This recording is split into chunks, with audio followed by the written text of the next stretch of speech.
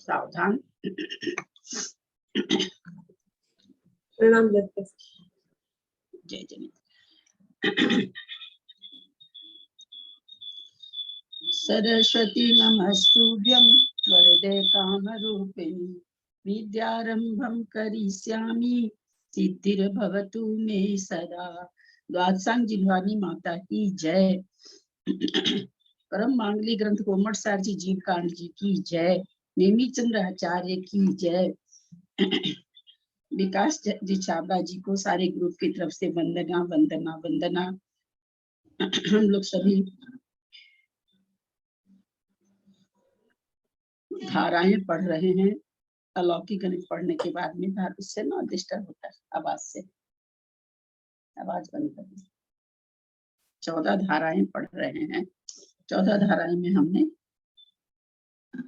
सर्वधारा, समधारा, विषमधारा, घम, कृति धारा, कीर्ति धारा, घन धारा, घन धारा, कृति मात्रिक धारा, कीर्ति मात्रिक धारा, घन मात्रिक धारा और अघन मात्रिक धारा हमने पढ़ लिया है। और द्विरूप वर्ग धारा पर हम लोग आ गए हैं। सबसे पहले तो मंजू जी जैन पाठनी आ गई है क्या? कलकत्ता वाली मंजू पाठनी जी नहीं आई है क्या? हाँ हाँ दीदी, प्रणाम दीदी।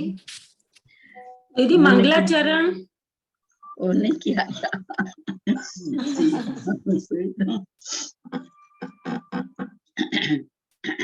दासन जिन्वानी माता की जय। सिद्धम सुधम परणमीय जिनिंद वरनेमि चंद्रमकलंकम गुणरयन भूषण उदयम जीवस्य परुवणम वोचम। अढ़ाई दीप में विराजमान सभी आचार्य उपाध्याय सर्व साधु के चरणों में नमोस्तु नमोस्तु नमोस्तु। सभी आरिका माता जी के चरणों में वंदामी वंदामी वंदामी। सभी छुल्लक केलक छुल्लिका जी के चरणों में इच्छामी इच्छामी इच्छामी। सभी प्रतिमाधारी के चरणों में ग्रुप में विराजमान अंजना जी के चरणों में वंदना वंदना वंदना। जितने भी पूज्य जन है, नेमीचंद भाई साहब, पारस बाबू जी, उमराव भाभी और भी जो पूज्य जन है, सबका सादर चरण स्पर्श। सभी से सादर जय जिनेन्द्र। मंजू जी पाटनी जी ने करके भेजा है। कितना मेहनत करी है। उनके श्रुत के प्रति लगाव को हम लोग नमन करते हैं। पूरा गुना कर घूर के मेरे को फोटो भेजा, भी मैंने देखा। उस समय से अभी तक कर रही थी, तब अब जाके पूरा हुआ है। अभी जस्ट पूरा हुआ। मनुष्यनी का पर्याप्त मनुष्यनी, पर्याप्त मनुष्यों की भी उन्होंने संख्या निकाली। बहुत अच्छा। इस तरह से लगन हो तो हम बहुत जल्दी सीखते हैं। बहुत उनका जो अपना आनंद है, वो आनंद तो उनको ही आया होगा, जो करे हैं उन्हीं को वो आनंद आता है। बहुत अच्छा लगा देख करके। और किसी ने भी किया क्या? प्रीति तुमने किया क्या? प्रीति आई है कि नहीं? चलिए अब हम लोग द्विरूप वर्ग धारा समझे। बहुत इंटरेस्टिंग सब्जेक्ट है आज का। द्विरूप वर्ग धारा। ये धाराएं अलौकिक गणित का पार्ट नहीं है क्या? अलौकिक गणित का ही पार्ट है। हाँ। दीदी एक चीज है कि ये सब चीजों में संख्याएं तो उतनी है, एक से ही केवल ज्ञान पर्यंत तक की है। हाँ, तो तीनों चीज में, मतलब जो अपन कुंड वाला विधान में भी किए थे, तो उसमें भी वहीं तक है। हाँ, संख्यात असंख्यात अनंत। संख्याएं तो वही रहेगी ना, संख्याएं और अलग से थोड़ी आएगी। उन्हीं को समझा जा रहा है ना कि किस किस तरह से कैसे कैसे होती है। जो हम पल्ले बोलते हैं, सागर बोलते हैं, तो वो इसकी विशालता समझना, मतलब तरह तरह से विशालता समझाई जा रही है कि भाई जैसे पल्ले। अभी हमने उसमें भी आवाज बंद करिए ना, मैं नहीं बोल पा रही। लौकिक गणित में हमने समझा, वहां भी विशालता समझी। वह संख्या कितना विशाल है, कितना कैसे कर करके आ रहा है। वहां से हमने उत्कृष्ट ज्ञान, केवल ज्ञान देखा, कैसे कैसे संख्याओं को जोड़ के और शलाका निष्ठापन कर करके चीजें आई। यहाँ पर भी उसी चीज को और वर्ग रूप में समझ करके संख्याएं कितनी तरह की होती है ये समझाया गया। उसमें तो संख्या मान था, केवल संख्या की कितनी कितनी बड़ी संख्या कौन कौन सी होती है, संख्या कौन कौन सी है एक से लेकर के, वो सारी चीज इसमें आ रही है। है ना, कि भाई समधारा विषमधारा कितनी तरह की होती है। जो उत्कृष्ट ज्ञान अविभाज्य प्रतिच्छेद संख्यात अनंत अनंत, उसमें मतलब सीरीज अगर हम बनाना चाहें तो कितनी तरह की सीरीज बन सकती है, ये हम धाराओं से जान रहे हैं। तो द्विरूप वर्ग धारा हम लोग द्विरूप दो रूप से, दो से वर्ग करके जहाँ संख्या शुरू होती हो, द्विरूप माने दो, वर्ग माने वर्ग से जिसकी सीरीज शुरू होती हो, जो सीरीज दो को दो से गुना करने पर शुरू होती हो, उसका नाम है द्विरूप वर्ग धारा। तो हमने कल देखा था कि 2 दूनी 4 सबसे पहला स्थान, फिर दूसरा स्थान 4 चौक 16, फिर 16 16 256, 256 गुना 256 पनट्ठी, और पनट्ठी गुना बादाल, बादाल गुना इकट्ठी। चलिए आप इसमें निकाले हैं इकट्ठी को किससे गुना करें तो क्या नाम है, सो मनुष्य का 29 अंक पर मान आ जाएगी संख्या।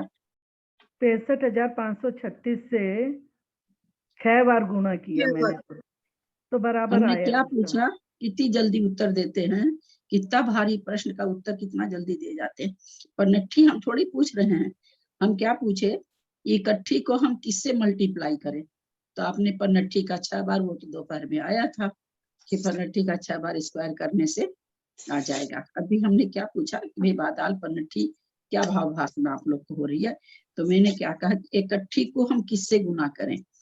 दीदी इकट्ठी को फिर बादाल से एक बार और गुना करेंगे तो घन आ जाएगा। बहुत अच्छा, क्योंकि इकट्ठी में क्या है, बादाल का स्क्वायर है और संख्या क्या है, बादाल का क्यूब है। तो यहाँ उत्तर ये होगा कि इकट्ठी को बादाल से गुना करेंगे।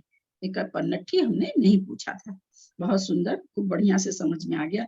उन्होंने, मंजू जी ने उत्तर दिया। आप लोगों को समझ में आया कि नहीं? बादाल का क्यूब था, इकट्ठी मतलब बादाल का स्क्वायर।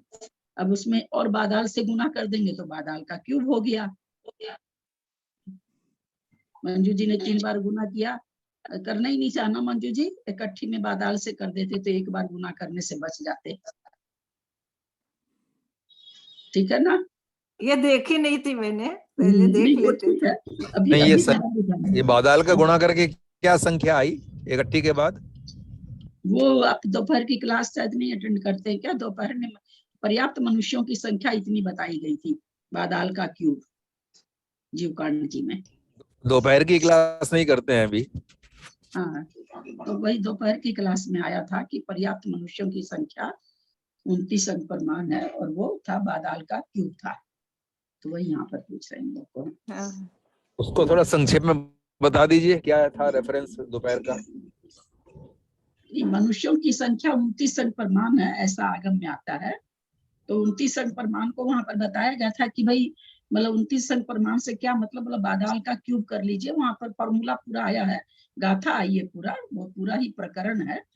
तो उसका मतलब लास्ट आंसर ये था कि बादाल को क्यूब कर दीजिए, बादाल गुना बादाल, तो पर्याप्त मनुष्यों की संख्या जो 29 अंक पर मान है वो आ जाती है। पर्याप्त आ जाएगी।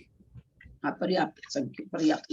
अभी मंजू जी ने भेजा भी है। ये तो शाम की क्लास जो है दोपहर की क्लास से कनेक्टेड रहती है क्या? दोपहर की क्लास जीवकांड जी हो रहा है, कनेक्टेड जीवकांड जी में आया था।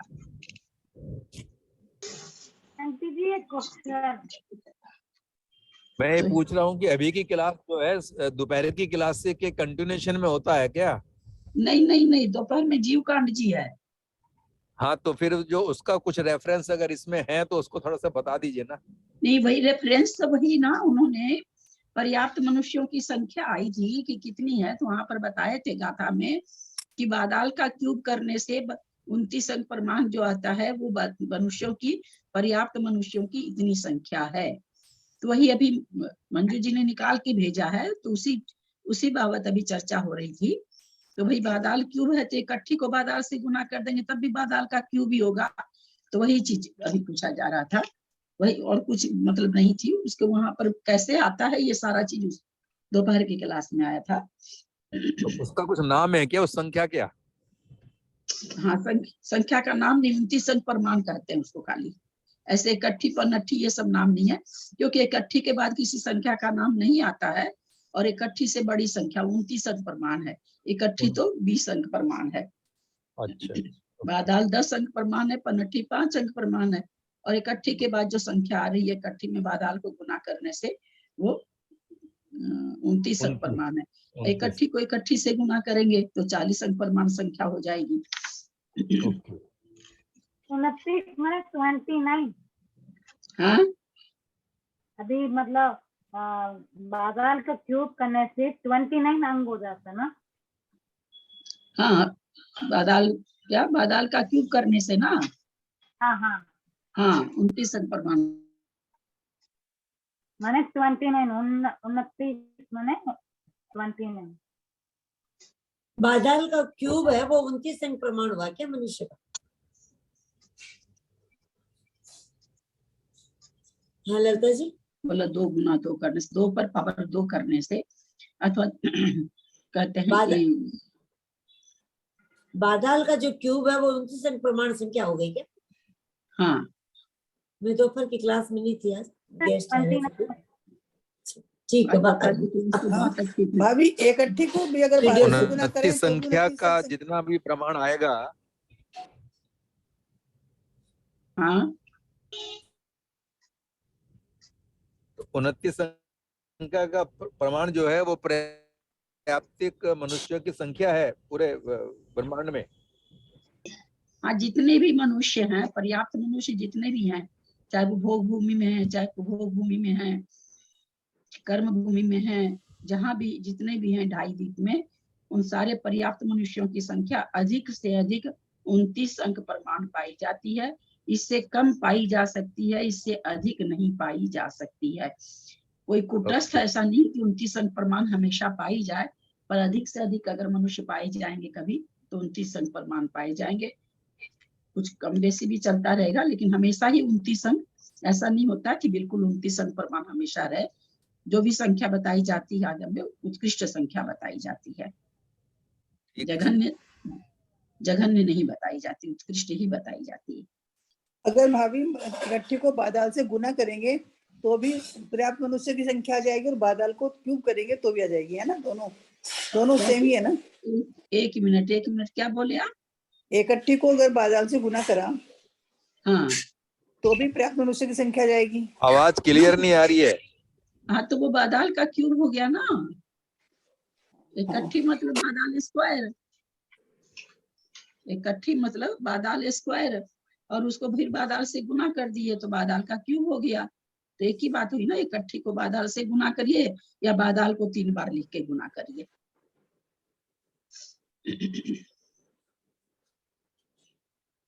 ठीक है, चलते हैं आगे।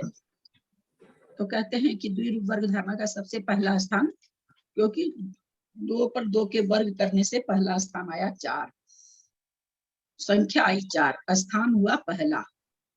फिर 4 को 4 से गुना किए, 2 पर पावर 4। जब बात सुना रही है आपकी, पूरा म्यूट करिए ना, ऐसे करते हैं ना। 2 पर 4 का पावर 16, 2 पर 4 का पावर 16, 4 गुना 4 कैसे आई? तो 4 गुना 4 करके दूसरे रूप से कैसे आएगी? 2 पर पावर 4। तो ये द्विरूप वर्ग धारा चल रही, यानी आगे आगे की संख्या उसी अंक को मल्टीप्लाई करते जाना। तो 4, 16, 256, पनट्ठी हम लोगों ने कल समझा था। अब इसमें संख्या 4, उसके बाद संख्या 16, फिर 256। स्थान कौन सा है द्विरूप वर्ग धारा में? तो 4 का पहला स्थान है, 16 का दूसरा स्थान है, 256 का तीसरा स्थान है, पनट्ठी का चौथा है, बादाल का 5वां है, इकट्ठी का 6ठा है। ये यहाँ तक तो हम लोग को कल समझ चुके थे हम लोग। अब आगे हम लोग समझते हैं अर्धछेद किसे कहते हैं। बहुत से लोग जानते हैं, किसी भी राशि का तब तक आधा आधा करते जाना अथवा 2-2 से भाग देते जाना जब तक भाग लगता जाए। जैसे 16 है, 16 को हम 2 से भाग दिए तो 2 8 16, फिर 2 चौका 8, फिर 2 दूनी 4, फिर 2 एकम 2, यानी 4 बार भाग लगता है। यानी 16 को अगर हम आधा आधा करें तो 4 बार होगा। तो ये जो 4 बार हुआ इसी को अर्धछेद कहते हैं। यानी 16 का अर्धछेद कितना? 4। क्या कह रहे हैं? विवक्षित राशि को जितनी बार आधा आधा होता है उतना उस राशि के अर्धछेद होते हैं। जैसे 4 के अर्धछेद 4/2, फिर 2/2 यानी 2 छेद। 16 के अर्धछेद 4, 64 के अर्धछेद 6, 2 से करते जाएंगे तो 256 के अर्धछेद 8 आएंगे। ये समझ में आ रहा है? पहले भी समझा हुआ है सबका। अर्धछेद मतलब किसी भी संख्या को आधे आधे तब तक करते जाओ जब तक हो सकती है, फिर जितनी बार आधी आधी हुई उसको काउंट कर लो, उतना उसका अर्धछेद हुआ। फिर करते हैं अर्धछेद 2 की घात से। विवक्षित राशि को 2 की घात है उतने छेद उस राशि के होते हैं। मतलब अभी हमने देखा कि 4 जो आ रहा था 2 का 2 पावर करके आ रहा था, तो कहते हैं कि जिस राशि का 2 पर जितना पावर 2 लेकर के 2 के ऊपर जितना पावर हो, यानी देई विरलन, नीचे देई 2 हो, ऊपर विरलन जितना आएगा उतना ही जिस राशि का 2 पर जितना विरलन आएगा उतना उस राशि का अर्धछेद होगा। ऐसा यहाँ पर बोल रहे हैं। जैसे 4 बराबर 2 पर पावर 2, तो 4 के छेद 2, 256, 2 पर पावर 8, तो कहते हैं 256 के छेद 8। 65,536 बराबर 2 पर पावर 16, तो 65,536 के छेद 16 है।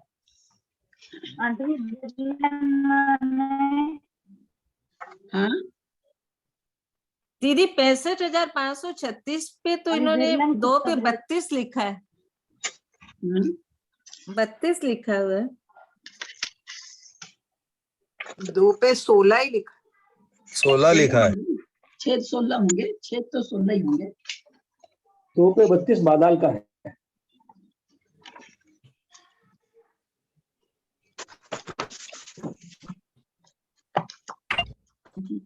और ये 2 से डिवाइड करो तो 1 तक मतलब वो गिनते हैं। ये भी अर्धछेद है और ये भी अर्धछेद है, तो उसमें अर्धछेद 2 की घात से ऐसा लिखा होगा। हाँ क्या चीज? दोनों ही अर्धछेद है, तो ये हो गया अर्धछेद 2 की घात से। हाँ मतलब 2 की भाग दे रहे हैं। मान लीजिए भाग में आपके पास कोई संख्या लिखी है, जो देय राशि तो 2 है, उसके ऊपर पावर लिखा है, तो यानी उस संख्या को अगर हम उतने पावर से जो गुना करेंगे, वो जो संख्या आएगी उसके अर्धछेद कितने होंगे? जितना उसके ऊपर पावर है। नहीं, हाँ वो तो मैं समझ गई, पर दोनों पे नाम अर्धछेद ही है, तो मतलब हाँ, कैसे पता चले कि वो वाला है कि ये वाला है? ऐसे तो मतलब 2 की घात लिखा होगा, उससे पता चलेगा क्या? क्या हम आपका प्रश्न नहीं समझ पा रहे हैं।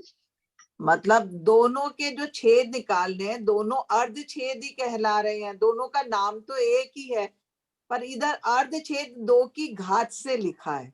तो मतलब जब 2 की घात से लिखा हो तो विरलन बताने का, ऐसा क्या मेरा मतलब है? हाँ, 2 की अर्धछेद जब भी निकलेंगे मतलब 2 को दे करके ही निकलेंगे, उसके ऊपर विरलन राशि जितनी रहेगी उतने इसके छेद होंगे।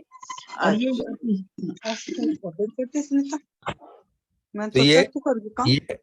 ये हमेशा सम संख्या होगी क्या? 2 की घात 5 भी अर्धछेद होगा क्या? 2 की संख्या 5 तो हम क्या समझ रहे हैं? द्विरूप वर्ग धारा समझ रहे हैं। अभी आगे इसका आप लोगों को उत्तर अपने आप ही आ जाएगा कि 2 पर पावर 5 क्यों नहीं आ रहा है। 2 पर पावर क्योंकि इसमें संख्या कौन सी ली जा रही है? जो उसी संख्या से उसी संख्या को गुना करते जा रहे हैं।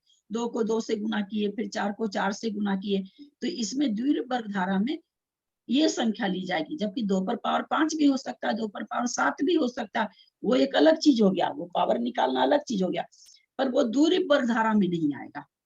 द्विरूप वर्ग धारा में तो उसी संख्या को या 2 पर की जो घात है सम रूप से उस तरह से आएगी। सम रूप से भी वहां पर जैसे 10 वगैरह नहीं आ रहा है घात, तो उसी संख्या से उसी संख्या को गुना करने पर 2 पर जो घात बनेगा, तो वही संख्या द्विरूप वर्ग धारा में वो संख्या आएगी। अर्धछेद द्विपद धारा का ही होगा। नहीं, अर्धछेद तो किसी का भी हो सकता है। 2 पर पावर 10 है ना, तो 2 पर पावर 10 है तो 2 को 10 बार रख के आप गुना करेंगे, उसकी जो राशि आएगी गुना करने के बाद उसके अर्धच्छेद 10 होंगे। हाँ, पर अर्धच्छेद होगा तो- सम, जो भी पावर होगी वो सम ही होगी। हाँ, पावर 8, तो 10, सही है। 12। नहीं ऐसे क्यों, नो पावर भी हो जाएगा, उसका अर्धच्छेद 9 हो जाएगा। हाँ, वो अभी भी आप मेरा क्वेश्चन था। हाँ, अर्धच्छेद 9 हो जाएगा। आप 5 से 2 को 5 बार गुना कर रहे हैं, तो जो संख्या आई उसको हम जब 2 से भाग देंगे, आधा आधा करेंगे तो 5 बार आधा आधा होगा, तो वहां पर उस संख्या के 5 अर्धच्छेद हो जाएंगे। 8 है, 8 के अर्धच्छेद 3 होंगे। 2 पर पावर 3 है। अर्धच्छेद के लिए नीचे की दे राशि 2 होनी चाहिए अर्धच्छेद निकालने के लिए। अब ये अर्धच्छेद है, ये द्विरूप वर्ग धारा के अर्धच्छेद है। अर्धच्छेद किसी भी संख्या का निकलेगा, बस दे Okay. नीचे 2 होना चाहिए। Okay okay. अब अर्धच्छेद जो आजकल कंप्यूटर वगैरह से या आजकल के गणित में जो निकालते हैं गणित के सूत्रों से, 2 की घात से, इसका मीनिंग क्या है दीदी? घात ऊपर के पावर को करते हैं। दीदी जो 2 की पावर लिखा हुआ है इसमें, जैसे मतलब ये लिखा हुआ है पर्नेटिक में 2 के ऊपर 16 लिखा हुआ है, तो अर्धच्छेद तो 16 थोड़ी है, वो तो पावर 16 है। अर्धच्छेद तो संख्या कम है ना। हाँ, करके देखिए। नहीं, करके जैसे ना उसके छेद 4 ही हुए ना। 4 कैसे होंगे बोलिए? मतलब 16 के आधा किया तो 8 हुआ, 1 फिर 4 हुए 2। एक मिनट वो स्थान हो गई क्या वो? नहीं, 16 के अर्धच्छेद थोड़ी करेंगे। 2 पर पावर 16 है तो वो पूरी संख्या का करना ना, 2 को 16 बार मल्टीप्लाई करे उसके अर्धच्छेद, तो उसके अर्धच्छेद 16 आएंगे। जैसे 2 पर पावर 2 4, 4 के अर्धच्छेद कितने? 2 दूनी 4, 2 एकम 2, 2, तो 2 पर पावर 2 था तो 2 की घात 2 थी, तो 2 की घात 2 थी। वो संख्या 2 की घात 2 पर जितनी घात होगी वो गुणित की जो संख्या आएगी उसका अर्धच्छेद जितना उसके ऊपर घात होगा उतना होगा।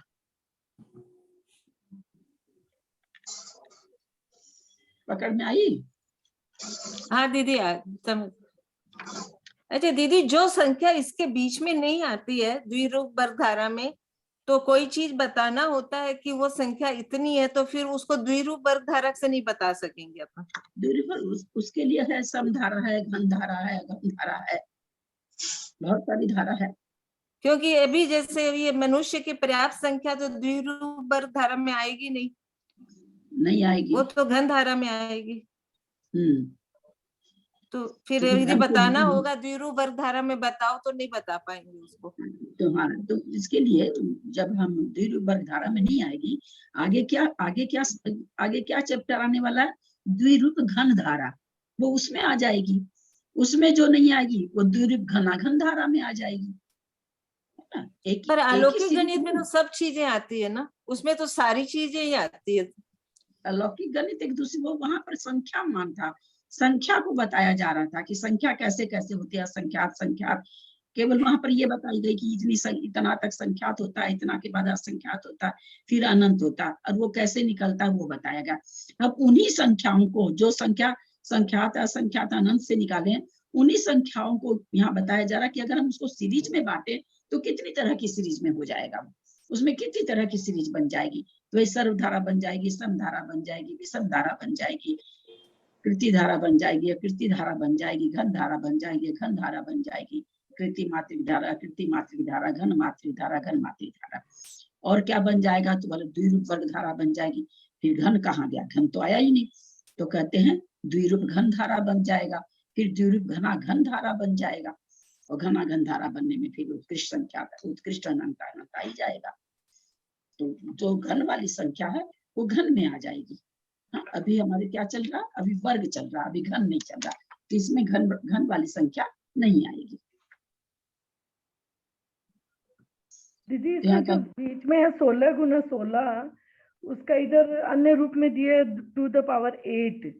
हाँ, तो ये कैसे, मतलब नहीं हो रहा मेरे से, मैं मतलब ट्राई कर रही थी, क्या कहाँ मिस्टेक हो रही है? वो 256 हो जाएगा ना, तो 4 ही तो आएंगे फिर उसके अर्धच्छेद।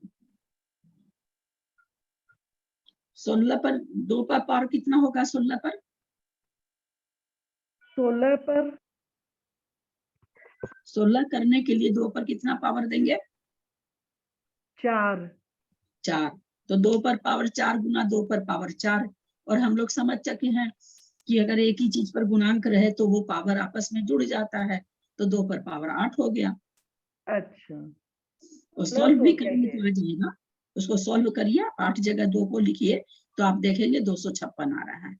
हाँ ठीक। जी ये क्वेश्चन और द्विरूप धारा के स्थान उसमें 2 power 2, 2 power 4, 2 power 8, 2 power 16, 2 power 32, 2 power 64, ये ऊपर में तो पावर तो डबल डबल होता जा रहा है।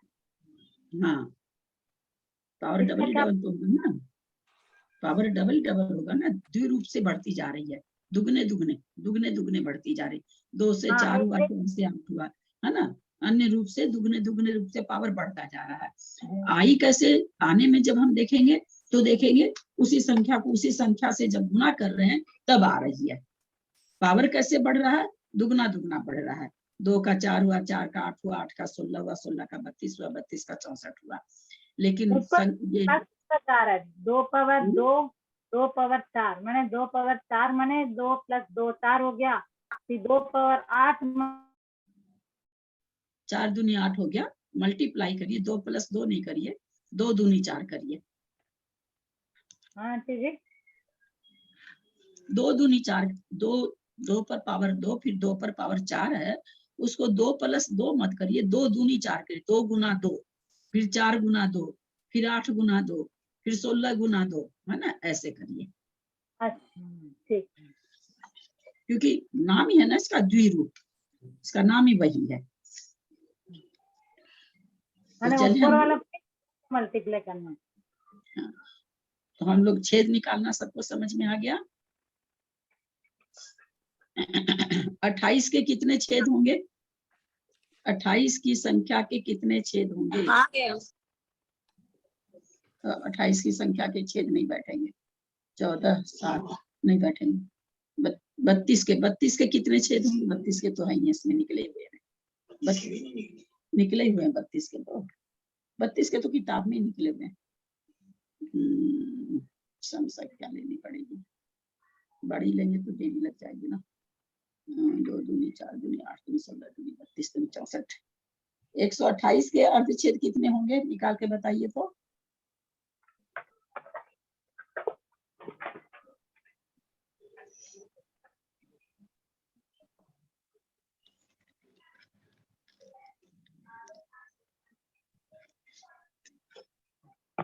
तो 28 के अर्धछेद होंगे 6, 64, 32, 16, 4, 2, 1। कितने हुए? 7 होंगे 7। 7 होंगे ना, 6 कैसे होंगे? 6 होंगे। 7 2 64, 32, 16, 8, 4, 2, 1, 7 होंगे 7।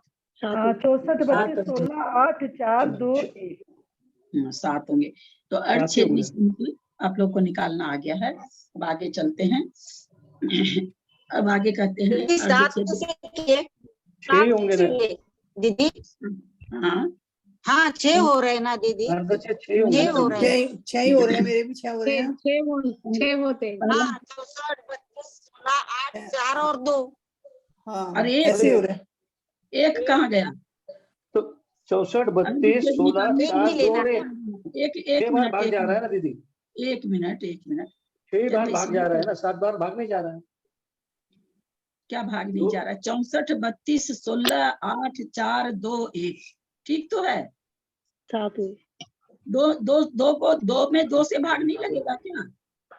अच्छा 2 में 2 से हाँ 7 हो गए। आया समझ 7 आ गया समझ। अर्धछेद निकालने के लिए जब तक 1 नहीं आए, जब तक अर्धछेद करते जाना है ना, तब तक 2 से भाग देते जाना, जब तक 1 नहीं आए। तो आप 2 ला के छोड़ दिए, 2 में फिर 2 से भाग देंगे तो 1 आएगा ना। तो इतने अर्धछेद हुए ना, 7 भाग हुए है ना, 7 अर्धछेद। आगे समझ आ गया दीदी, आ गया। आंटी जी ये 2 की घात वाला समझाए ना आंटी जी। जितनी विवक्षित राशि माने जेठी भाई साहब आपको पकड़ में आया कि नहीं? आगे आगे आगे आ गया। हाँ क्या बोल रहे हैं पुष्पा जी, आप क्या बोल रही हैं? जितनी विवक्षित राशि, विवक्षित राशि माने विवक्षित राशि माने जो भी राशि माने संख्या, विवक्षित मतलब जिस संख्या के बारे में बताया जाए, विवक्षित माने जो संख्या की हम बात, जो भी, जैसे अभी हमने क्या लिया, विवक्षित राशि का जितनी बार आधा आधा होता है, तो अभी विवक्षित राशि कितनी थी जिसका आप लोग अर्धछेद निकाले, 128 थी। वो विवक्षित माने जो संख्या की बात की जा रही वो राशि। अच्छा ठीक है। विवक्षित राशि की 2 की घात है उतने छेद उस राशि के होते हैं, ये हमने जान लिया। अब आगे चलते हैं अर्धछेद गणित सूत्रों से। विवक्षित राशि का log 2 निकालने पर उस राशि के अर्धछेद होते हैं। 4 के अर्धछेद, log 2 का मतलब हुआ अर्धछेद। तो कहते हैं कि log 2 ऊपर पावर 4, तो भाई log 4 का log 2 कितना होगा, 4 के अर्धछेद कितने होंगे, तो log 2 से उसको भाग देते हैं तो 2 आ गया। 256 के log 2 करेंगे तो log 2 का मतलब यहाँ पर अर्धछेद, ये अपने अर्धछेद वगैरह तो आगम की भाषा है, और log 2 अभी जो गणित चलती है, अपनी लौकिक गणित चलती है उसकी भाषा है। तो 256 का log 2 कितना आएगा, 8 आएगा। उसी तरह 65,536 का log 2 कितना आएगा, log 2 मतलब वही 2 की घात से करते जाना, 2 से उसकी विभाजित करते जाना, तो 16 आएंगे। हाँ, तो 16 होंगे उसके अर्धछेद। अब हम एक नई चीज सीखने जा रहे हैं, वर्ग शलाका। अभी हमने ध्यान रखेगा, दोनों ही चीज ध्यान में रखनी जरूरी है, क्योंकि नहीं तो आगे द्विरूप वर्गधारा में संख्या नहीं समझ में आएगी। थोड़ा सा म्यूट कर लें जिनके यहाँ से चोंचो आ रहा हो। अब वर्ग शलाका निकालनी है, तो 2 के वर्ग से लगाकर जितनी बार, बंद करें प्लीज, बंद करें, 2 के वर्ग से लगाकर जितनी बार वर्ग करने पर विवक्षित राशि उत्पन्न होती है, उतनी ही उस राशि की वर्ग शलाका होती है। जैसे 4 की वर्ग शलाका 1, आप इसको वापस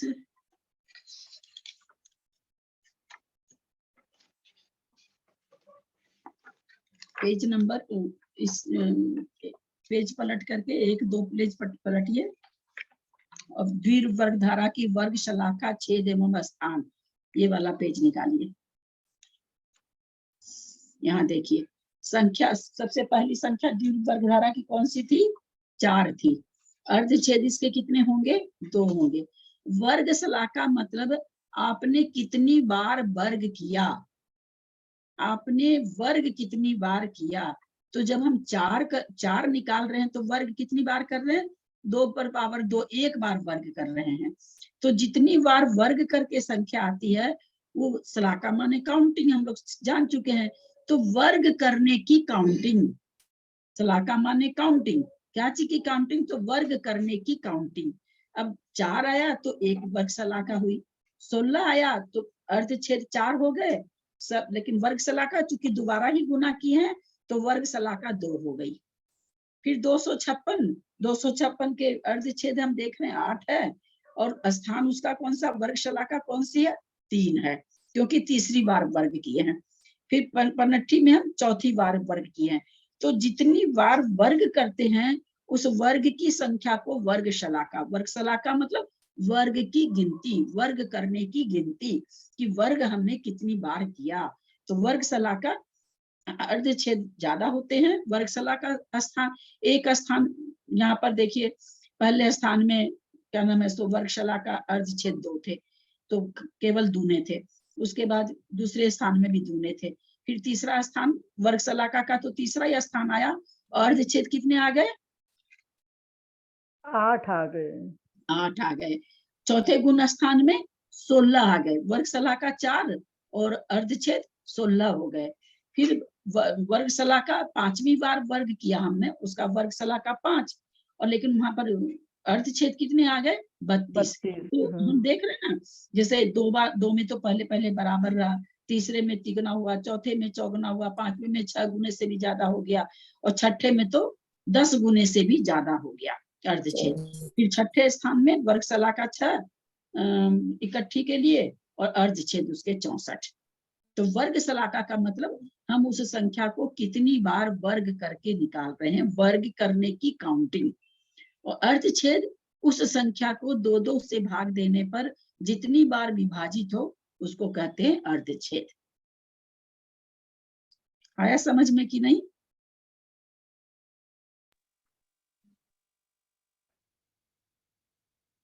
नहीं आया दीदी ये मुझे।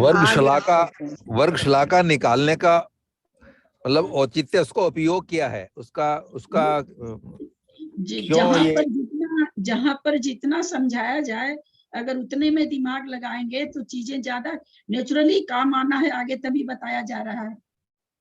हम 1 सेकेंड 2 मिनट नहीं, 1 मिनट सुनिए मेरी बात आप लोग। हम 2 मिनट अपना समय दिए तो हम दिमाग में क्या ले आए कि हमको क्यों बताया जा रहा है। और जो आचार्यों ने अपना पूरा जीवन झोंक दिया, वे ये प्रश्न नहीं करे कि हम क्यों जीवन झोंक रहे हैं। थोड़ा सा पेशेंस रखना चाहिए। कोई भी चीज आगे काम आने वाली है उसका आपको यहाँ पर बेस दिया जा रहा है कि भाई आगे आएगी, आप समझ लो इन शब्दों को पहले। ठीक है। वर्गशलाका मतलब वर्ग करने की गिनती, कि हम कितनी बार वर्ग करें किसी संख्या को। जैसे मान लीजिए कि हम 16 ला रहे हैं, 16 लाने में हम क्या करें, 2 दूनी 4, 4 चौ 16, यानी हम 2 बार वर्ग किया है ना। 2 पर पावर 2, 4 आया, 4 पर पावर 4, फिर 16 आया। तो हमने कितनी बार वर्ग किया, 2 बार वर्ग किया। तो वर्ग शलाका, शलाका माने काउंटिंग, गिनती, वर्ग माने वर्ग करने की गिनती। तो जितनी बार हम वर्ग करते जाएंगे उसका नाम है वर्ग शलाका, उसका स्थान हो गया, वो वर्ग करने का स्थान हो गया।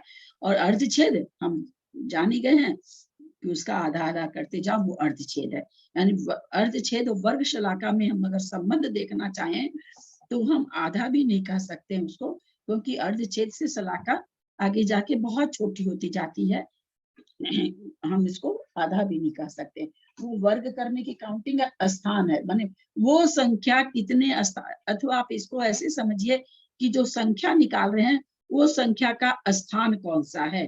जैसे 4 का पहला स्थान है, 16 का दूसरा स्थान है, 256 का तीसरा स्थान है, 59 का चौथा स्थान है, बादाल का 5वां स्थान है और 61 का 6ठा स्थान है। तो इस तरह से यहाँ आगे जाके हम स्थान पर बात चली जाएगी। तो यहाँ पर वर्ग शलाका का मतलब वो संख्या कितने स्थान पर, द्विरूप वर्ग धारा में वो संख्या, जो भी हम विवक्षित संख्या जानना चाह रहे हैं, वो कितने स्थान पर आएगी।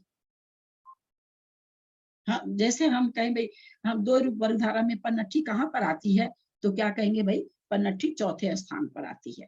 द्विरूप वर्ग धारा में, द्विरूप वर्ग धारा में स्थान खोजना है, सब जगह नहीं खोजना है।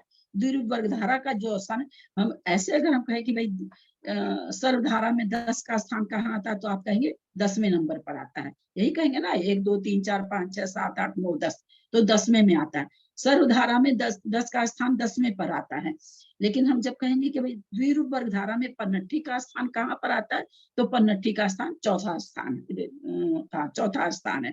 तो यहाँ पर स्थान अथवा वर्ग शलाका दोनों एक ही चीज है। पकड़ में आया कि नहीं? हाँ जी आ गया। सबको समझ में? जैसे ना दीदी अर्धछेद करते समय तो एक संख्या आती है, लेकिन शलाका में एक को कोई वैल्यू नहीं है। नहीं, शलाका में तो भाग दिया ही नहीं जा रहा ना। शलाका में तो हम भाग दे ही नहीं रहे।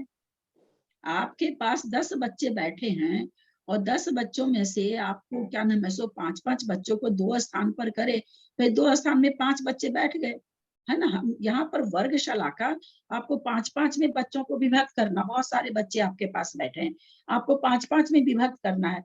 तो वो जो 5-5 में आप विभक्त किए, तो विभक्त तो आपने एक ही बार किया ना, लेकिन 5-5 में मान लीजिए 25 बच्चे हैं तो हमने 5-5 के 5 बच्चे विभक्त किए, लेकिन आपने किए तो एक ही बार संख्या की ना, 5 ही 5 ना। फिर 5 को मान लीजिए आप और विभक्त करते हैं तो फिर और शलाका बढ़ जाएगी। तो उसी तरह अर्धछेद दूसरी चीज, अर्धछेद तो संख्या को आधी आधी कितनी बार हम बांट सकते हैं। और वर्ग शलाका है कि हम संख्या को वर्ग कितनी बार करके, जो हम संख्या, जिस संख्या का हम अर्धछेद निकाल रहे हैं, वो संख्या हमको कितनी बार वर्ग करने के बाद प्राप्त हुई, अथवा वो द्विरूप वर्ग धारा में किस स्थान पर है। दोनों चीजें की है। भाभी जैसे हमने 256 की वर्ग शलाका की तो 3 आई है, और 256 का अर्धछेद हुआ तो 8 आ गया। तो सही है, ऐसे ही है ना। हाँ, तो हाँ, 256 का स्थान तीसरा हम देख रहे हैं, क्योंकि 6 हाँ, स्थान तो हमारे सामने है, तो हम देख लेते हैं। तो हाँ, 256 का स्थान तीसरा है, तो वर्ग शलाका तीसरी, क्योंकि 3 बार वर्ग करने से आई। हाँ, पहली बार 2 का वर्ग हुआ, दूसरी बार 4 का हुआ, तीसरी बार 16 का हुआ, तो 3 बार वर्ग करने से 256 आई। तो हम ऐसे भी कह सकते हैं वर्ग शलाका मतलब 3 बार वर्ग करने से आई। अथवा वर्ग शलाका का स्थान कौन सा है द्विरूप वर्ग धारा में? 256 का, तो तीसरा है, स्थान तीसरा है। अर्धछेद 8 ठीक है, हाँ, अर्धछेद 8 ठीक है। हाँ, अर्धछेद 8 है।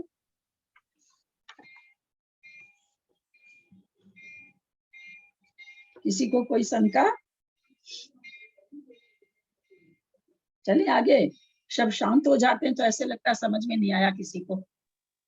बंद रहता है ना, ध्यान नहीं रहता वो खोल के नहीं, वो तो बोलना। ठीक है, बंद तो रहता ही है, हम खोल के भी तो बोलते हैं ना। अच्छा हाँ से हाँ सही दीदी बात। दीदी एक किसी विवक्षित राशि के अर्धछेद वर्ग शलाका द्विरूप वर्ग आधार ये सबके ये दीदी तो ज्यादा कंपैरिजन अच्छा रहेगा। जैसे हाँ? 256 की वर्ग शलाका 3 है, अर्धछेद हाँ। 8 है। द्विरूप वर्ग धारा में उसका स्थान तीसरा आएगा। समधारा में हाँ। उसका स्थान कहाँ आएगा, वो कौन सी विषम धारा में आएगी या नहीं आएगी, ये सब यदि एक राशि को लेके हम सब धारा देखें तो ज्यादा समझ में आएगा, ऐसा मुझे लगता है। अब समझो 256 है, तो 256 सर्वधारा में आएगी, समधारा में आएगी, विषम धारा में नहीं आएगी। हाँ, वो सारा विश्लेषण बाद में करेंगे कि किस किस में आएगी। अभी अपने वो प्रकरण, अभी तो अपने द्विरूप वर्ग धारा समझ रहे हैं, वो चीज आप लोगों से लिया जाएगा सारी धारा पढ़ाने के बाद में, है ना। तो वो अलग चीज हो गई। यहाँ पर हम अभी द्विरूप वर्ग धारा को समझ लें। उदाहरण तो हम लोग बहुत अच्छी तरह से समझ लिए हैं। वो प्रश्न आएगा आप लोगों का कि भाई जो संख्या दी जाएगी कौन कौन से धारा में आएगी, वो संख्या आप लोगों को घटानी है, लेकिन सारा पढ़ लें उसके बाद वो चीज, वो परीक्षा बाद में होगी। तो यहाँ तक सबको समझ में आया कि नहीं? तो वर्ग शलाका मतलब वर्ग, कितनी बार वर्ग कर, कोई भी राशि हम ले रहे हैं,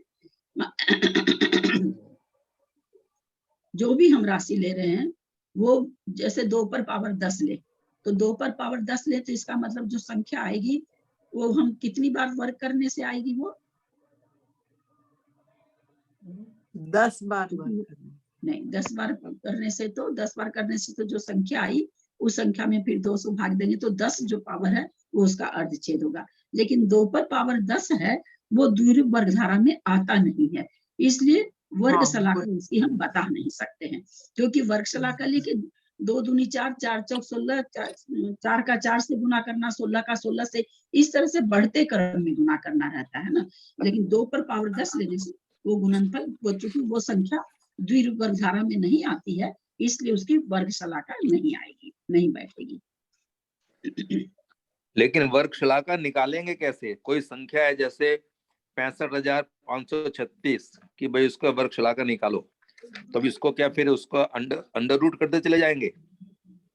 नहीं, अंडर रूट करने की बात नहीं। यहाँ पर तो 65,536 का आपको देखना होगा कि द्विरूप वर्ग धारा में कहाँ आ रहा है।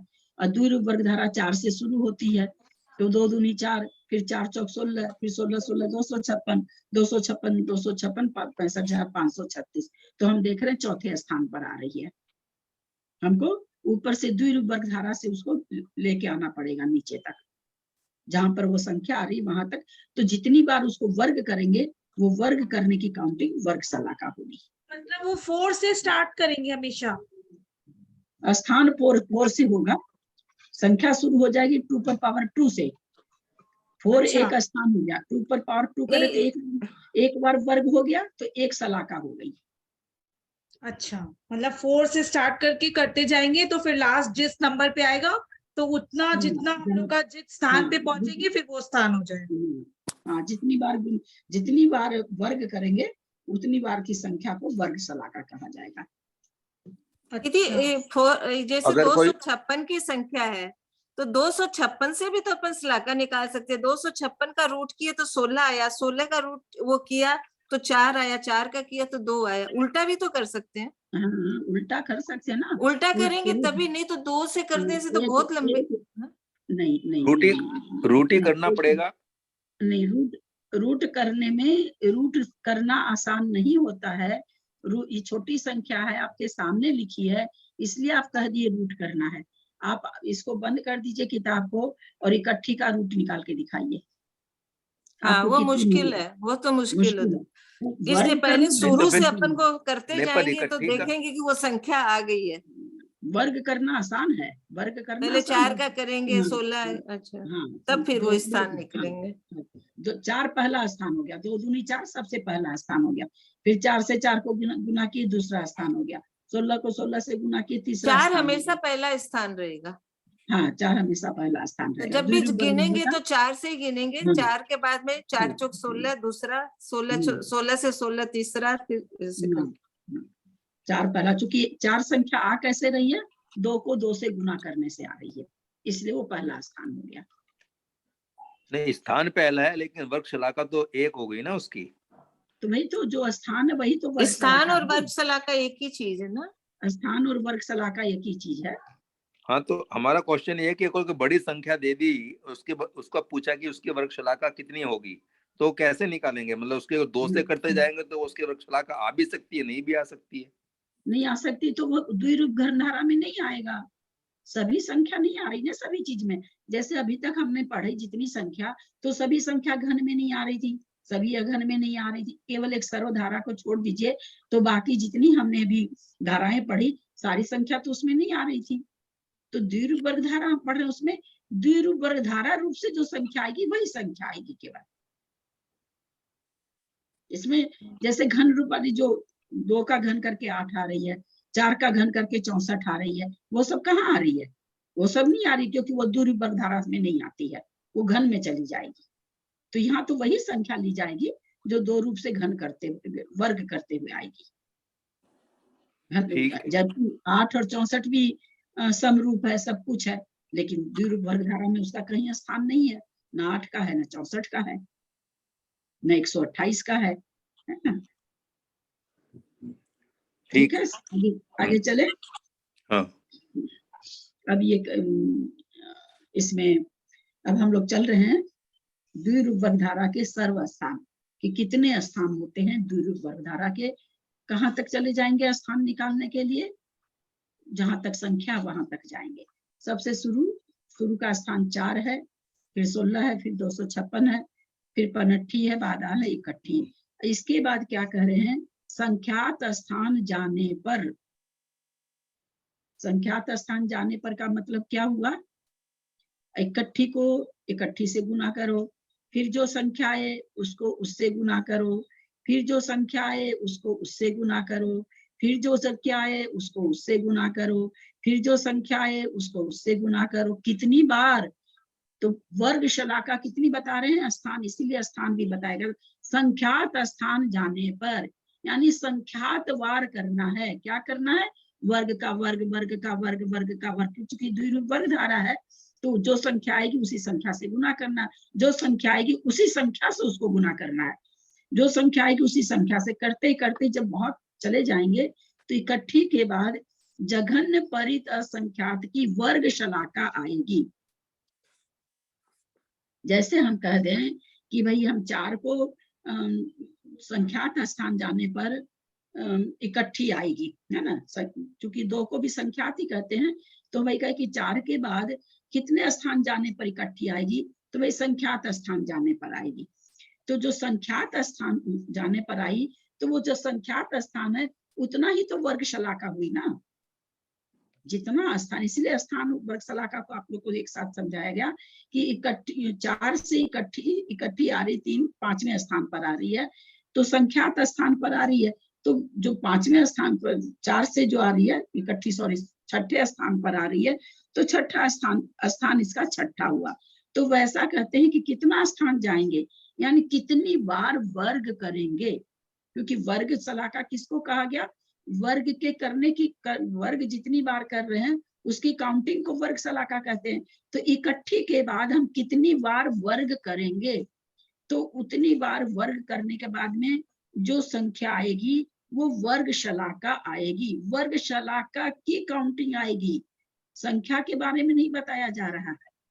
इकट्ठी को इकट्ठी से, फिर उसको उससे, उसके बाद देखा जा रहा है कि एक जो संख्या आई वो संख्या जघन परित संख्यात की वर्ग शलाका बन रही है।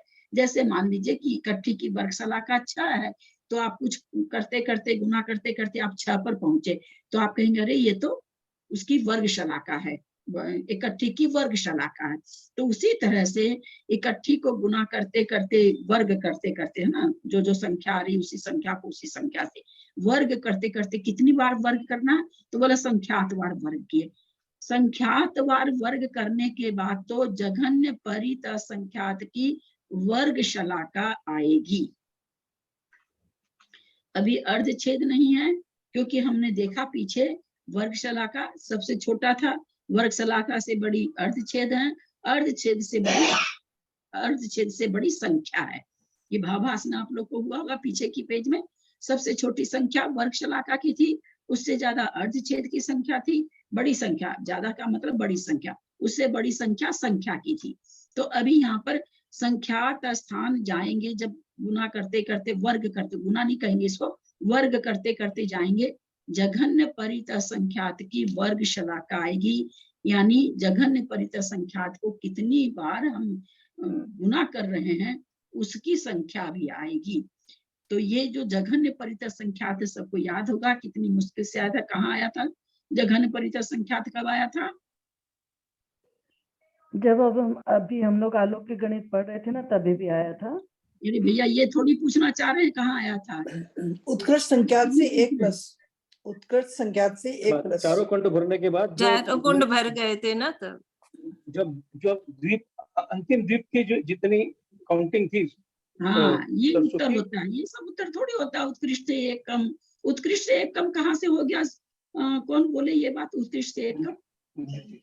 जघन परित संख्यात के लिए, जघन परित संख्यात में से तो एक कम करेंगे तो उत्कृष्ट संख्यात आएगा। ये बोला था उत्कृष्ट संख्यात से 1 अधिक जघन्य परित संख्यात, ये बोला था मैंने। एक बार जेटी भाई साहब क्या बोले वो वापस से बोलिए ना, नहीं सुनाई पड़ा। बोलिए बोलिए भाई साहब, जेठी भाई साहब बोलिए। आप लोगों को भाव भाषणा संख्या की कराई जा रही है ना, तो संख्या बताना चाहिए ना कि कहाँ कैसे आ रही है। जघन्य परित संख्यात हम पूछे कि कहाँ पर आ रही, तो वो भाव भाषणा कराने के लिए पूछी जा रही है। ये थोड़ी पूछा जा रहा है कि लौकी गणित में आई थी। ये उत्तर थोड़ी होना चाहिए कविता जी, आपसे तो ये उत्तर होना ही नहीं चाहिए।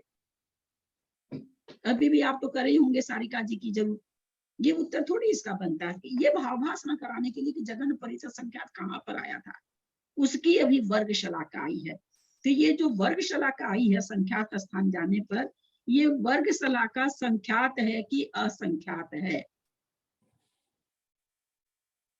संख्यात ही रहेगी, क्योंकि संख्यात का वर्ग शलाका निकल है तो संख्यात ही रहेगी। संख्यात ही रहेगी, क्योंकि जघन्य संख्या जब आएगी, जघन्य परित संख्यात, तब तो शुरू होगी संख्या शुरू होगी। अभी तो उसकी वर्ग शलाका आई है ना, काउंटिंग में उसकी वर्ग शलाका आई है। वर्ग शलाका के बाद में अर्धछेद आएंगे, अर्धछेद के बाद में फिर आगे देखते हैं क्या आएगी। तो जघन्य परित संख्यात की वर्ग शलाका आई। संख्यात स्थान, संख्यात स्थान का मतलब हमेशा कि उसी संख्या को उसी संख्या, क्योंकि द्विरूप वर्ग धारा है इसलिए हमें ये हमेशा लगाना है उसी संख्या को उसी संख्या से मल्टीप्लाई करना है। फिर जघन्य परित संख्यात की जो वर्ग शलाका आई, जो वर्ग शलाका आई, इतना बार वर्ग वर्ग वर्ग वर्ग करते करते जो वर्ग शलाका आई, उससे फिर संख्यात स्थान जाने पर, यानी उस वर्ग शलाका को फिर उतनी से उसका वर्ग करो, फिर जो वर्ग करके आए फिर उसको वर्ग करो, फिर जो वर्ग करके आए फिर उसका वर्ग करो। इस तरह से वर्ग करते करते देखेंगे क्या बहुत दूर जाने पर कि अब जो संख्या आ रही है वो जघन्य परित संख्यात की अर्धछेद है। जो संख्या आ रही है वो संख्या क्या बन रही है? अगर हम जघन्य परित संख्यात के अर्धछेद निकालें तो वो उसके बराबर है। दीदी अर्धछेद तो कम होते हैं ना, क्योंकि वो भाग देने से आते हैं, मतलब उसमें संख्या कम होगी, और वर्ग करने से वर्ग शलाका ज्यादा होती है ना। अभी वो कर करके आती है वर्ग शलाका। तो बुक नहीं खोल रखे हैं क्या? 16 के अर्धछेद कितने थे? 4, और स्थान वर्ग शलाका कौन सी थी? 2 है ना, 2 दूनी 4, 4 चौक 16 दूसरे स्थान। हाँ वो तो संख्या, मतलब उसकी आवाज नहीं आ रही।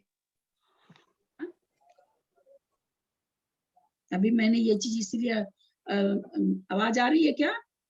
हाँ, इसीलिए मैंने उस समय वर्ग शलाका और अर्धछेद का आपस में रेशियो भी आप लोगों को ध्यान कराया कि पहली बार में अर्धछेद 2 है, वर्ग शलाका 1 है, तो अर्धछेद दूने हैं। कहाँ तक? 2 बार तक दूने हैं। फिर तीसरी बार में वर्ग शलाका 3 है, अर्धछेद 8 हो गए, यानी तिगुने हो गए। फिर देख रहे हैं चौगुने हो गए, फिर देख रहे हैं 6 गुने हो गए, फिर देख रहे हैं 10 गुने से भी ज्यादा हो गए। तो अर्धछेद तो बहुत ज्यादा, 2-2 से भाग देकर के जितनी बार भाग देंगे उतना हुआ। और वर्ग शलाका तो एक ही स्थान है इसका, 2-2 से भाग हम बार दिए तो उतने हो गए अर्धछेद। तो एक ही संख्या में उतने अर्धछेद हो गए। और उस संख्या नहीं, को मैं उसमें ये पूछ रही हूँ, उसको लाने में एक ही स्थान बढ़े, स्थान एक ही बढ़े। और अर्धछेद चूंकि संख्या क्या हो रही है, बहुत ज्यादा मल्टीप्लाई हो रही है ना, 16 को 16 से, 256 को 256 से, तो संख्या बहुत बड़ी हो रही है। पर वो बहुत बड़ी संख्या का स्थान कितना हुआ? एक ही बदला। 16 से 256 आने में एक ही बार वर्ग किया हमने, एक ही वर्ग शलाका बढ़ी। पर 256 से 256 को गुना करके जो संख्या आई उसके अर्धछेद बहुत हो जाएंगे, क्योंकि वो संख्या बहुत बड़ी हो गई। नहीं पकड़ में आ रहा है? नहीं, पकड़ में तो दीदी आ रहा है, लेकिन वो जो संख्या है ना, वर्ग वाली संख्या वैसी है ना, 256 है, और अर्धछेद तो मतलब संख्या कम है, वो मैं बोल रही थी। जैसे वर्ग को वर्ग करते हैं तो संख्या बहुत बढ़ जाती है ना, संख्या बहुत हो जाती है उसकी। हाँ, तो संख्या बहुत हो जाती है। तो वर्ग शलाका तो वर्ग कितनी बार किए? तो वर्ग तो एक ही बार किए ना, 256 को 256 से गुना एक ही बार किए, तो एक ही स्थान बढ़ी है ना, स्थान एक ही बढ़ा। लेकिन 256 को 256 से गुना करके जो पन्नठी आई, उस पन्नठी के अर्धछेद तो बहुत ज्यादा हो गए ना। हाँ, ये फर्क पड़ता है। स्थान तो जो वर्ग एक स्थान जो आए अर्धछेद आए उसको मानना है कि कितने अर्धछेद आए, उस संख्या को मानना है। हाँ, अर्धछेद कितनी बार, जो संख्या आई उसको 2 से भाग दिए तो कितनी बार भाग दिए। हाँ, शलाका को मानना है कि भैया एक ही स्थान, 2 स्थान, 3 स्थान में, उसमें कितनी संख्या उससे कोई मतलब नहीं, वो संख्या तो ज्यादा है उल्टी। नहीं, संख्या ज्यादा कहाँ से आएगी? जैसे यहाँ पर संख्यात स्थान जाने पर तो कितने स्थान गए? संख्यात स्थान गए तो वर्ग शलाका आई। फिर संख्यात स्थान गए तो जघन्य परित संख्यात के अर्धछेद आए। तो ये जो वर्ग कर करके, यहाँ पर ये नहीं है कि इनकी वर्ग शलाका निकाली जा रही है, अर्धछेद निकाली जा रही है। ये कहना चाह रहे हैं कि जब हम द्विरूप वर्ग धारा में आगे आगे बढ़ रहे हैं, वर्ग वर्ग वर्ग वर्ग कर रहे हैं, तो एक स्थान ऐसा आता है कि वो जो संख्या है वो वर्ग जघन्य परित संख्यात की वर्ग शलाका के बराबर है। फिर हम और आगे बढ़ रहे हैं, वर्ग वर्ग वर्ग वर्ग करते करते संख्यात स्थान जाते हैं, तो जो संख्या देखते हैं तो वो संख्या जघन्य परित संख्यात के अर्धछेद के बराबर है। तो फिर बढ़ते जाएंगे, फिर कहते हैं क्या? जघन्य परिसंख्यात, जघन्य परिसंख्यात के छेद आएंगे। ये जो जघन्य परिसंख्यात के छेद आए हैं, ये असंख्यात हैं कि संख्यात हैं? नहीं, ये समझ में नहीं आया। संख्या की रहेंगे, क्योंकि अभी जघन्य परिसंख्यात जब आएगा उसके आगे असंख्यात शुरू होगा। ये स्थान जघन्य परित संख्यात के वृक्षशाला का स्थान समझ में नहीं आया अभी। स्थान जाने पर स्थान का मतलब उस संख्या को उसी संख्या से गुना किए एक स्थान हुआ, उसी संख्या को फिर जो संख्या आई उसको वापस उसी संख्या से गुना किए तो दूसरा स्थान हुआ, फिर जो संख्या आई उसी संख्या को फिर गुना उसी संख्या से किए तो तीसरी संख्या आई। ऐसे कितनी बार करना है? तो संख्यात बार करना। संख्यात स्थान मतलब जो वर्ग शलाका में हम लोगों ने भी समझा था ना कि वर्ग शलाका और स्थान दोनों एक ही चीज को कहा जा रहा है। तो कितनी बार वर्ग किया? एक बार वर्ग किया एक स्थान हुआ, दूसरी बार वर्ग किया दूसरा स्थान हुआ, तीसरी बार वर्ग किया तीसरा स्थान हुआ। तो कितनी बार वर्ग करना है? तो कहते हैं संख्यात स्थान बार, मतलब संख्यात बार आपको वर्ग वर्ग करते जाना है, तब तो जाकर के जघन्य परित संख्यात के छेद आएंगे। और जघन्य परित संख्यात हमने देखा था कितनी बड़ी संख्या थी, जो कुंड जाकर के अंतिम कुंड में जो सरसों थी उस सरसों को अगर हम काउंट करें तो वो जघन्य परिता संख्यात था, उसके अभी छेद आए हैं। फिर संख्यात स्थान, फिर उस संख्या को इतनी बार वर्ग, हमने क्या देखा कि पन्नठी से इकट्ठी, पन्नठी से बादाल किए तो 5 वाली संख्या 10 अंक प्रमाण हो गई, बादाल से इकट्ठी किए तो 20 अंक प्रमाण संख्या हो गई, इकट्ठी से फिर उसी इकट्ठी को गुना करेंगे तो हमारी संख्या क्या हो जाएगी, 40 अंक प्रमाण हो जाएगी। फिर उसी संख्या से उसी संख्या को करेंगे, 80 अंक प्रमाण हो जाएगी। तो इस तरह से बढ़ते, और संख्यात स्थान लिखा, कोई संख्यात, चूंकि जहां भी संख्यात लिखा रहे तो ना तो जघन्य होता है ना उत्कृष्ट होता है, क्योंकि जहां जघन्य और उत्कृष्ट रहेगा ये स्थान एक ही होता है, इसलिए वो लिखा रहेगा, वो हाईलाइट किया रहेगा। लेकिन संख्यात का मतलब बस संख्यात मान के चले। अब इसका ये मतलब नहीं लगा सकते कि वो 2 है, अथवा ये भी नहीं लगा सकते हैं कि जघन्य परिता संख्यात में 1 माइनस कर दो वो है, वो भी नहीं कर सकते। संख्यात का मतलब मध्यम संख्या। अब सोचिए, जो एक बार गुना करने से डबल संख्या हो रही है, तो हम तो भी 2-3 संख्या बताए। अभी संख्यात स्थान जाने पर वापस वर्ग करने पर तब तो वर्ग शलाका आएगी। फिर उसके बाद संख्यात, उस वर्ग शलाका वाली संख्या को फिर वर्ग करते जाएंगे तो जघन्य परिता संख्यात के छेद आएंगे। फिर उसमें वर्ग करते जाएंगे तो जघन्य परिता संख्यात का वर्गमूल आएगा। वर्गमूल कैसे आएगा, जैसे मान लीजिए 16 है, 16 का वर्गमूल कितना होता है, 4 होता है वर्गमूल। और तो पहले 4 आएगा फिर 16 आएगा, है ना, संख्या में पहले 4 आएगा। तो उसी तरह से कह रहे हैं जघन्य परिता संख्यात का पहले उसका अगर हम वर्गमूल निकालें, मान लेते हैं हम उसको 16 मान लेते हैं, जघन्य परिता संख्यात को 16 मान लेते हैं, तो क्या कह रहे हैं, जघन्य परिता संख्यात का पहले वर्गमूल आएगा, तो 16 का वर्गमूल 4, यानी पहले 4 आएगा, फिर एक स्थान जाएंगे तो जघन्य परिता संख्यात यानी 16 आ जाएगा। तो पहले वर्गमूल आएगा फिर वो संख्या आएगी। तो इस तरह से इकट्ठी से चलते चलते संख्यात स्थान केवल हम लोग 20 का 40, 40 का 80, 80 का 160, 160 का 320, ये हम संख्या चूंकि बोल पा रहे हैं, चूंकि संख्या तो बोलनी नहीं हमको, तो संख्या की जो काउंटिंग है, जो अंक है, अंक बोल रहे हैं, तो अंक की संख्या बोल रहे हैं, संख्या तो बोल नहीं रहे, तो इतना सा तो बोल पा रहे हैं। नहीं तो इकट्ठे के बाद बादाल की हम लोग जब उसको गिने थे, कोड़ी करके 46 अंक प्रमाण, है ना, पहले कुंड की सरसों को हम लोगों ने गिना था, कितना कोटि करके, तो पहला कुंड, है ना। और कौन सा कुंड, जघन्य परिता संख्या। उस कुंड को सोचिए, कोटि कितना कोटि, चूंकि वो तो वैसे भी असंख्यात हो गया, तो हमारे काउंटिंग में आना ही नहीं है, तो कितना ज्यादा है वो। ये जो संख्यात स्थान बार वर्ग करके जो हम ला रहे हैं, ये भाव भासना करनी है कि कितना बड़ा हो रहा होगा और कितने बार वर्ग हो रहा होगा कि इसको करते हम जघन्य परिता संख्यात की संख्या ले आए।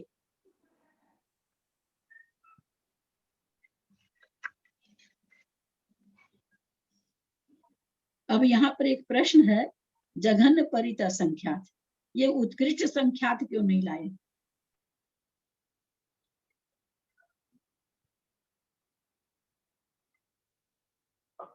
उत्कृष्ट संख्या द्विरूप वर्ग धारा में नहीं आएगा, इसके लिए या नहीं आया? वो तो समझ में आ रहा है कि द्विरूप वर्ग धारा में नहीं, क्यों नहीं आएगा? क्योंकि वो परित संख्या से 1 कम है, ऑड है। ऑड है, यही सुनना चाह रहे थे कि वो ऑड है ना। द्विरूप वर्ग धारा में जघन्य परिता संख्या हम लोगों ने पढ़ा शुरू में कि जितनी भी उत्कृष्ट संख्याएं हैं सब ऑड रूप में है, तो इसका मतलब उत्कृष्ट संख्या केवल उत्कृष्ट अनंत केवल ज्ञान को छोड़ करके बाकी सारी उत्कृष्ट संख्याएं ऑड नंबर थी। इसी कारण से यहाँ जघन्य परिता संख्या तो आ गया, पर उत्कृष्ट संख्या नहीं आया द्विरूप वर्ग धारा में। समझ में आई क्या बात जो हम बताना चाह रहे हैं? नहीं आई। जघन्य, हम लोग अलौकिक गणित जब पढ़े थे तो उसमें हम लोगों ने ये नियम पढ़ा था कि जितनी भी जघन्य संख्याएं हैं वे समरूप हैं, जितनी भी उत्कृष्ट संख्याएं हैं वह विषम रूप है, केवल उत्कृष्ट मतलब केवल ज्ञान को छोड़ करके, क्योंकि वो 14 सबसे धारा में भी देखा ना दीदी, हमने 14 धारा में ही बताया ना, समधारा में 14 अच्छा हाँ 14 धारा नहीं बताया, अलौकिक में थोड़ी बताया, ठीक ही कर रहे हैं। समधारा में बताए थे 14, अभी तो बताए थे समधारा में। तो चूंकि जो हम इस जघन परित्र संख्यात में से, जघन परित्र संख्यात में से एक माइनस करेंगे तो क्या आएगा, उत्कृष्ट संख्यात आएगा। और उत्कृष्ट संख्यात पहले ही बता चुके हैं कि वो ऑड नंबर है, ऑड नंबर है तो वो द्विरूप धारा में आ ही नहीं सकता है। वैसे सारी सम संख्या इसमें थोड़ी आ जाएगी, क्योंकि क्यों नहीं है, जैसे अभी हमने समझा, इसमें 64 नहीं आ रहा है, 8 नहीं आ रहा है, 128 नहीं आ रहा है, ये सम संख्याएं हैं। सम होते हुए भी सारी संख्या नहीं आ रही, क्योंकि इसमें तो वो संख्या आ रही है जो वर्ग हो के आती है, वो संख्या आ रही है। तो वर्ग हो करके भी उत्कृष्ट संख्या तो इसलिए भी नहीं आएगा कि वो ऑड नंबर है, सबसे पहली बात कि वो ऑड नंबर है। इसलिए पहली जब बढ़ते बढ़ते सबसे पहली संख्या, इसमें बड़ी संख्या सबसे पहली जघन परित संख्या यहाँ पर हम लोगों का आया है। हाँ टाइम हो गया। संख्यात स्थान का मतलब ना मध्यम ही समझना चाहिए ना। हाँ मध्यम ही समझना चाहिए, क्योंकि मध्यम जघन्य है उत्कृष्ट ही। अब मध्यम में कौन सा, मध्यम के भी संख्यात के संख्यात भेद है। अब जहां भी आचार्य देते हैं असंख्यात अनंत, जहां भी देंगे वहां मध्यम ही समझना। मध्यम में कोई भी हो सकता है नेचुरली, ये पक्की बात है। अच्छा चलिए, आप प्रश्न किए तो आप इसे पूछें। ये जो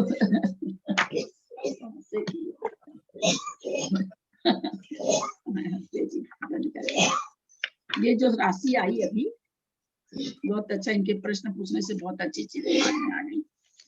जघन्य परित संख्यात की वर्गशलाका भी संख्यात स्थान जाने पर आ रही है, और जघन्य परित संख्यात के छेद भी संख्यात स्थान जाने पर आ रहे हैं।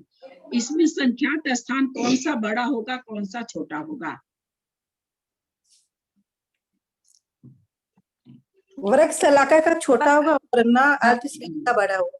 हाँ बहुत छोटा होगा, क्योंकि हमने यहाँ क्या देखा कि जहाँ 64 अर्धछेद आए वहां वर्गशलाका 6 आ गई थी, यानी 10 गुना, हमारी 6ठों संख्या में 10 गुना बढ़ गए थे, है ना। ये तो कितनी बड़ी संख्या है। तो बहुत बहुत ये स्थान बहुत कम है, बशर्ते अर्धछेद के स्थान से। बहुत सुंदर उत्तर। दीदी ये 7 ही होंगे, ऐसे भी बोल सकते हैं क्या? वर्गशलाका 7 ही है इसकी, 6 के बाद में मतलब ये हो रहा है वापस वर्ग। तो क्या चीज? जो अभी ये जो जघन्य परित संख्यात की वर्गशलाका निकालेंगे तो 7 मतलब जैसे 6 नंबर तक आई ना, ऊपर 1 2 3 4 जो वो 6 नंबर तो इकट्ठे तक आए, उसके बाद संख्यात स्थान जा रहे हैं, वो सारी किसमें गिनाएगी? वो वहां तक संख्यात स्थान जाने पर जो संख्या आई है उतनी वर्गशलाका है जघन्य परित अनंत की।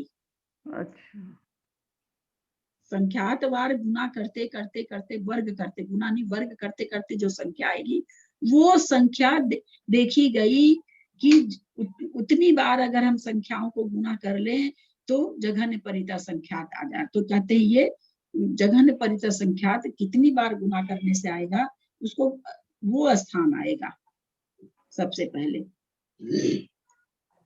आंटी जी, हाँ जघन्य परित असंख्यात की आता है, यहाँ पर जघन्य परित असंख्यात के आ रहा है, और जघन्य परित असंख्यात का आ रहा है के। अब ऐसा कहें पुष्पा जाता है और आपके हस्बैंड के लिए कह दे वो जाती है, चलेगा क्या?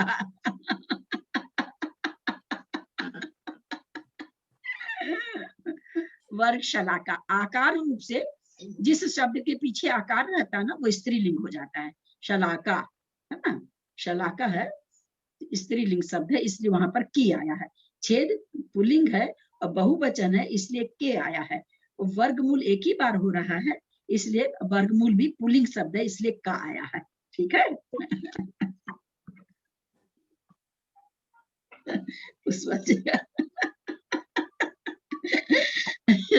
मात्रा पदवाक्य ही न मया प्रमादादि किंचनोत्तम। कुछ भी प्रश्न करते हो यार।